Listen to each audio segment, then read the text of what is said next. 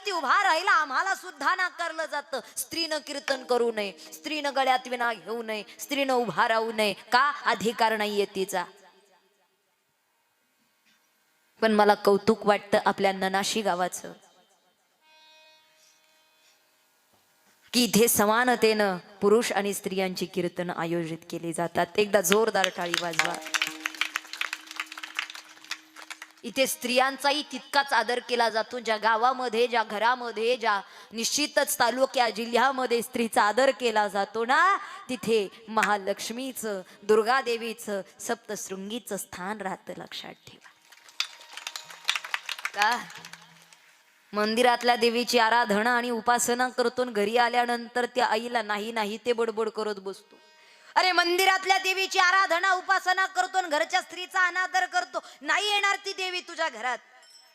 पण या उलट तू घरच्या स्त्रीचा आदर केलास, या उलट तू घरच्या स्त्रीचा सन्मान केलास. अरे आई असेल, बहीण असेल, बायको असेल, कोणत्याही स्वरूपातली ती स्त्री असू द्या, तिचा आदर करण्याची ताकद ठेवा. ती सप्तशृंगी तुमच्या घरात आल्याशिवाय राहणार नाही. तिचा आशीर्वाद प्राप्त होईल. उभा आयुष्य तिनं तुमच्यासाठी समर्पण केलेले. तिच्यातलं अस्तित्व, तिच्यातला देव आपल्याला लक्षात आला पाहिजे. अरे भाळावरती कुंकू लावते तेही पतीच्या नावाचं, कपाळाला कुंकू लावते तेही पतीच्या नावाचं, गळ्यामधलं मंगळसूत्र पतीच्या नावाचं, हातामधला चुडा सुद्धा पतीच्या नावाचा, पायातली जोडवी सुद्धा पतीच्या नावाची, आणि पायातलं पैंजण सुद्धा पतीच्या नावाचं. एवढं सगळं तिच्याकडे आहे तुमच्या नावाचं. मला सांगा, तुमच्याकडे काय आहे तिच्या नावाचं? कारण ही माती आपल्याकडून परमार्थ करून घेते. हा निसर्ग आपल्याकडून परमार्थ करून घेतो. हा आपण परमार्थ करतो असं नाही. ही माती पवित्रता आहे. पवित्रते कुळ पावन तो देश, पवित्रते कुळ पावन तो देश, पवित्रते कुळ पावन तो देश, पवित्रते कुळ पावन तो देश, पवित्रते कुळ पावन तो देश, पवित्रते कुळ पावन तो देश, पवित्रते कुळ पावन तो देश, पवित्रते कुळ पावन तो देश. जेथे हरीचे दास जन्म घेती, जेथे हरीचे दास जन्म घेती, कर्मधर्म त्यांचा झाला नारायण, कर्मधर्म त्यांचा झाला नारायण.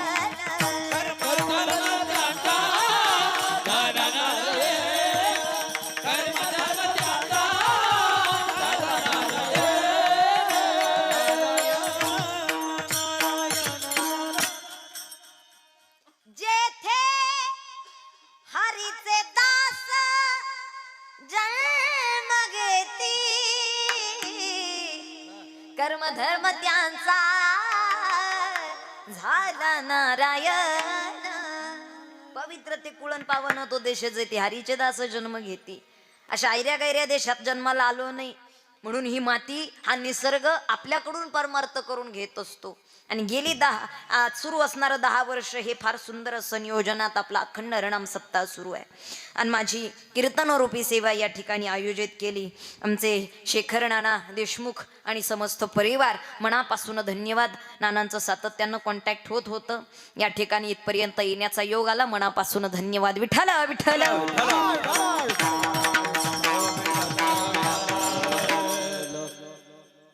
शांती ब्रह्म श्री संत एकनाथ महाराजांचा 4 चरणांचा अभंग आहे. आज जागराची कीर्तनरूपी सेवा म्हणजे मागण्याची सेवा आहे.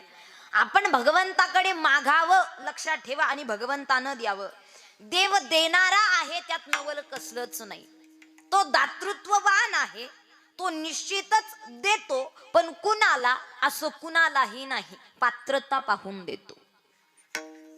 आई बाप मुलाची इच्छा पूर्ण करण्यासाठी, पोराला सगळं काही देण्यासाठी ते पात्रतेचे. आई बाप देऊ शकतात, परंतु काय द्यावं आणि काय नाही द्यावं हे आई बापालाच कळतं, लेकराला कळत. एक लहान बाळ होतं, लहान मुलगा होता बाबा, लहान होता बिचारा, आणि शेजारच्याचं लग्न होतं, लग्न. हा, आणि ते लग्नाला गेलं बिचार, शाळेला सुट्टी दिली आणि ते लग्नाला गेलं वऱ्हाडामध्ये. आणि लग्नाला गेल्यानंतर ते नवरदेवासोबतच जाताना बसतानाच नवरदेवाच्या गाडीत बसलं, आणि बसल्याबरोबर त्याला असं दिसून आलं की आज नवरदेवाची फार वाहवा केली जाते. नवरदेवाला गंध लावतात, नवरदेवा ते मंगल कार्यालयात गेल्याबरोबर पायपूजन, त्याचे औक्षण केलं जातंय नवरदेवाचं, हे त्याच्या सोबतच होतं. ते नवरदेवाला औक्षण करताना पाहिलं, पाय धुताना पाहिलं, नवरदेवाला गंध लावताना पाहिलं, सगळ्या कलहोऱ्या नवरदेवाच्या पाठीमागं फिरताना पाहिल्या, नवरदेव घोड्यावर बसलेला पाहिला. या लेकराला एवढा आनंद झाला, त्याला नवरदेवच फार आवडायला लागला. म्हणजे नवरदेव हे जे पात्र आहे हे त्याला फार आवडायला लागलं. म्हणले भारी आहे, आयुष्यात एकदा तरी नवरदेव. याला वाटलं एकदा तरी नवरदेव झालंच पाहिजे. अरे किती लोक सन्मान करतात, किती लोक मागे पुढे धावतात. कोणी गंध लावतंय, कोणी टिकली पुसतंय, कोणी पावडर लावतंय, कोणी जेवणाचं ताट आणून देतंय, कोणी मुखात घास भरवतंय, कोणी पाय धुतंय, घोड्यावरती बसायला मिळतंय, सगळी लोक आपल्या पुढे नाचतायत. किती आनंद आहे नवरदेवाचा, एका दिवसापुरता का होईना, पण किती मान आहे नवरदेवाला, असं त्याच्या मनात आलं. आणि ते घरी गेलं लग्न संपल्यानंतर वऱ्हाडासोबत. आणि घरी गेल्याबरोबर ते येतं ते घरी गेल्याबरोबर रडायला लागलं. त्याचे वडील घरी आले, म्हणले ए बाळा काय झालं तुला? अरे चांगला लग्नाला गेला, जेवण करून आला, अरे चांगली मौज मजा केली ना, आता रडतोस कशाला? हे पोरग म्हणलं बाबा मला नवरदेव व्हायचे. काय म्हणले, आता दिवसभर नवरदेवाची आईश यानं पाहिली होती, त्याला काय माहिती पुढं किती दुःख आहे. पण ते एका दिवसापुरतं का होईना याच्या मनात ते नवरदेव बसला. हे वडिलांजवळ हट्ट केला त्यानं, बाबा मला नवरदेव व्हायचंय मला. आता बाप पोराला नवरदेव करण्यासाठी सक्षम आहे की नाही? निश्चितच आहे. बापाचं तेवढं दातृत्व आहे, बाप करू शकतो. पण हे वय आहे का? ही पात्रता आहे का? नाही. ए दादा, ए बाळा, अरे अरे तुलाही नवरदेव व्हायचंय, मला माहिती आहे, अरे तुझंही लग्न करणार आम्ही, पण हे ते वय नाही. तू चांगला शिक्षण घे, चांगलं शिक, चांगल्या स्वतःच्या पायावरती उभा राहा, चांगली नोकरी कर, पैसा कमव, चांगल्या पद्धतीनं तू सेटल झाला मग आपण तुझं लग्न करणार. नाही नाही मला आत्ताच व्हायचं. सांगण्याचं तात्पर्य तुमच्या लक्षात येऊ द्या, भगवान परमात्मा भक्ताला सगळं काही देण्यासाठी सक्षम आहे, पण मागावं का याचं ज्ञान भक्ताचं नाही, किंबहुना पात्रता नाही. आणि पात्रता जर नसेल तर तो देऊ शकत. घेशी तेव्हा देसी. लक्षात ठेवा, सुक्या पोह्याच्या बदल्यामध्ये सोन्याची नगरी देणारा तोच भगवान परमात्मा आहे. ज्यावेळी श्री सुदामजी भगवंताच्या दारात जात आहेत, परिस्थिती गरीब आहे, पण देवाला गरीबाचं श्रीमंताचं काही घेणं देणं नाही. परमार्थ करत असताना माणसानं थोडं नीट लक्ष देऊ नाही का? आजी कोणत्या रंगाची साडी घालून तुम्ही बसलात काही घेणं देणं नाही. कुठून आलात, कधी आलात, कसे आलात, काही घेणं देणं नाही. कसे दिसताय, सुंदर दिसताय का खराब दिसताय, काही घेणं देणं नाही. पण तुमच्या अंतःकरणामध्ये भाव कसा आहे याच्याशी घेणं देणं. उगमनी नाही भाव आणि देवा मला भाव, ते बळत जाते. त्याचा उपयोग आहे का? देव बाजारचा भाजीपाला नाही रे, देव बाजारचा भाजीपाला नाही रे, नाही रे, देव बाजारचा भाजीपाला नाही रे, देव बाजारचा भाजीपाला नाही रे. हो मनी नाही भाव, म्हणे देवा मला पाव, मनी नाही भाव, म्हणे देवा मला पाव. देवाचा न पावायचा नाही रे, देवाचा न पावायचा नाही रे, देव बाजारचा भाजीपाला नाही रे, देव बाजारचा भाजीपाला नाही रे, नाही रे, देव बाजारचा भाजीपाला नाही रे, देव बाजारचा भाजीपाला नाही रे.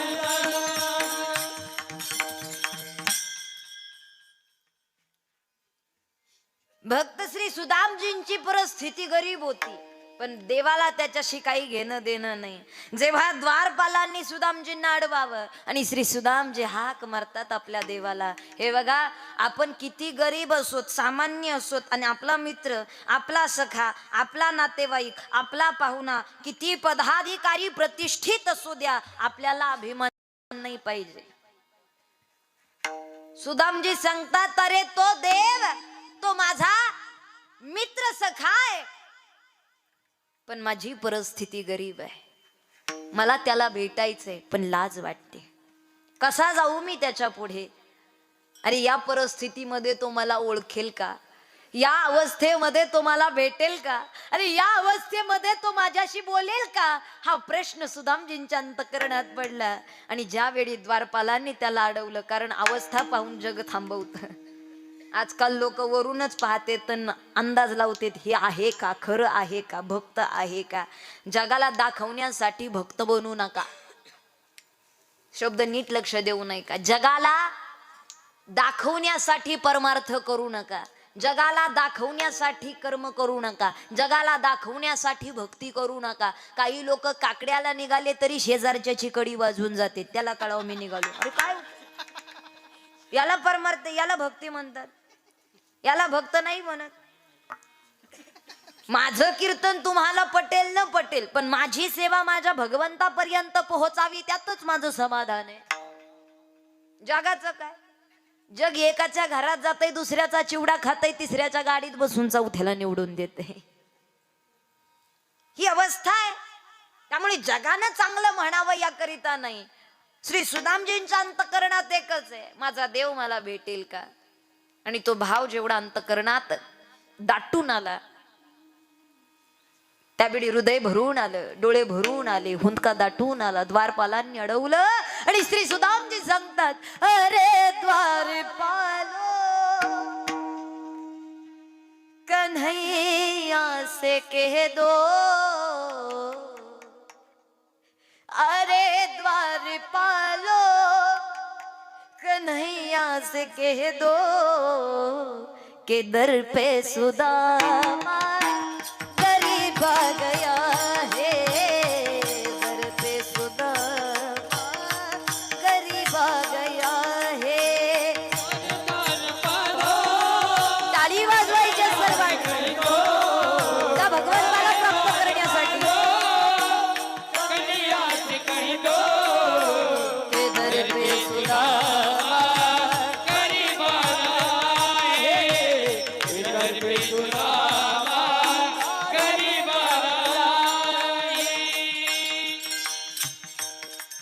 आपल्या अंतःकरणात भाव पाहिजे असा. स्वतःची जी काही अवस्था असेल ती मान्य करून देवाजवळ जाता आलं पाहिजे. अरे सांगा ना माझ्या देवाला, गरीब सुदामा आलाय तुझ्या दारात, अवस्था काय आहे त्याची? ना सर पे है पगडी, ना सर पे है पगडी, ना तन पे है जामा, बता दो कन्हैया को नाम है सुदामा, बता दो कन्हैया को नाम है सुदामा. ना सर पे है पगड़ी, ना तन पे है जामा, बता दो कन्हैया को नाम है सुदामा.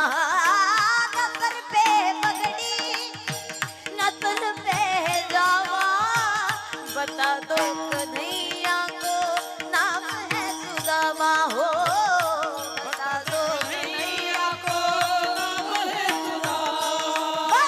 एक बार मोहन से जा कर के कह दो, बस एक बार मोहन से जा कर के कह दो, मिलने सखा बद नसीब आ गया है, मिलने सखा बद नसीब आ गया है. अरे द्वारपालो कन्हैया से कह दो, अरे द्वारपालो कह दो,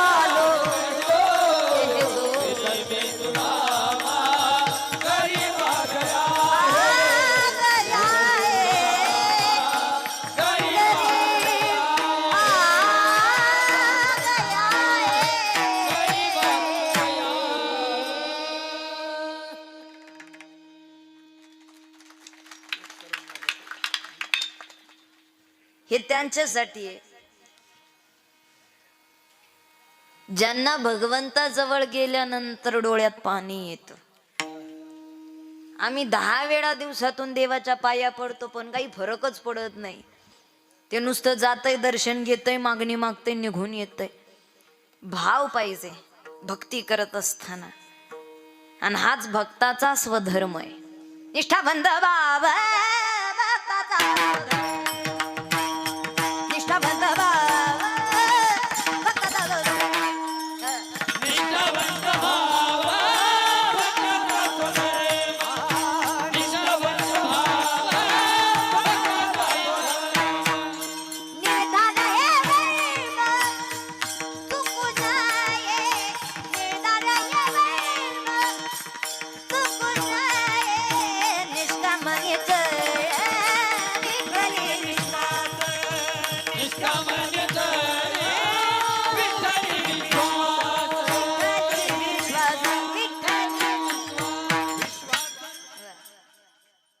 निर्धार हे वर्म चुकू नये, निष्काम निश्चळ विठ्ठली विश्वास. हा भाव आहे. नुसतं मागण्यासाठी, आतापर्यंत मागण्यासाठीच मंदिरात गेलोत, कधीतरी या करिता जा की देवा तू दिलंय तेही काही कमी नाही. विठ्ठल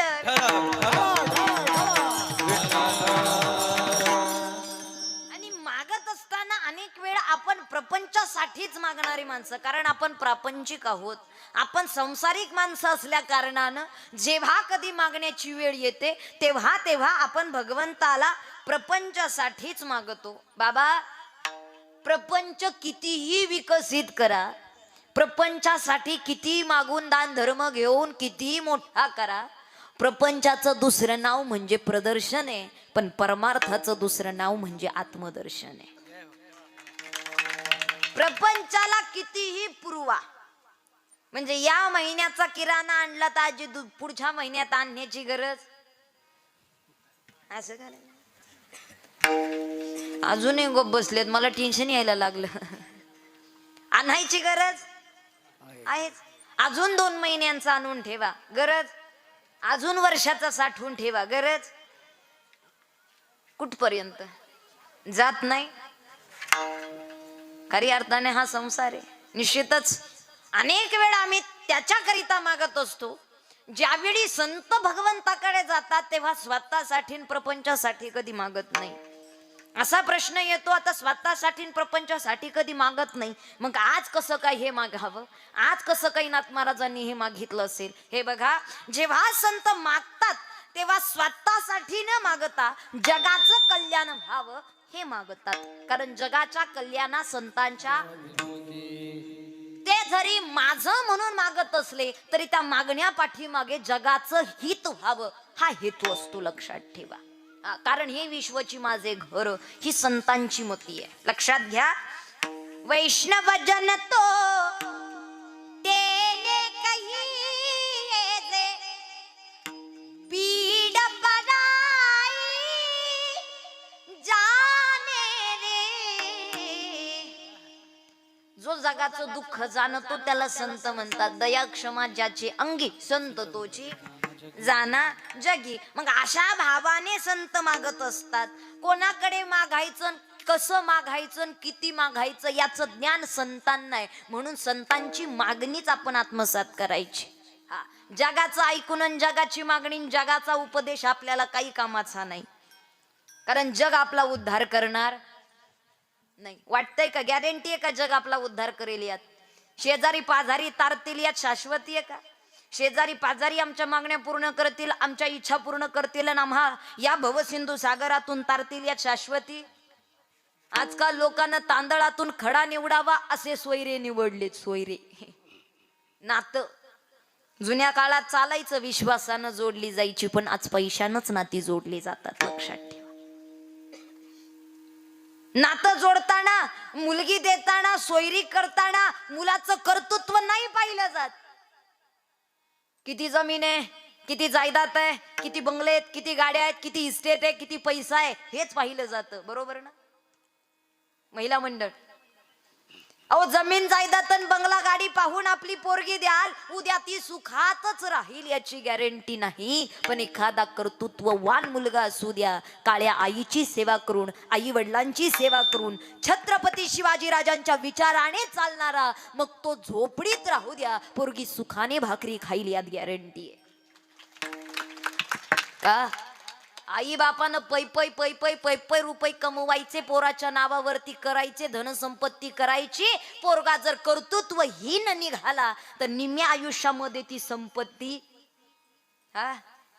संपून जाईल, संपून टाकेल. परंतु कर्तृत्ववान असेल आणि आई बापाची शून्य संपत्ती असेल तरी शून्यातून विश्व निर्माण करण्याची ताकद त्याच्या कर्तृत्वात, एवढं लक्षात ठेवा.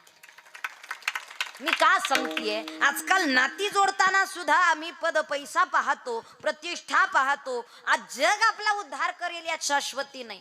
सोडविना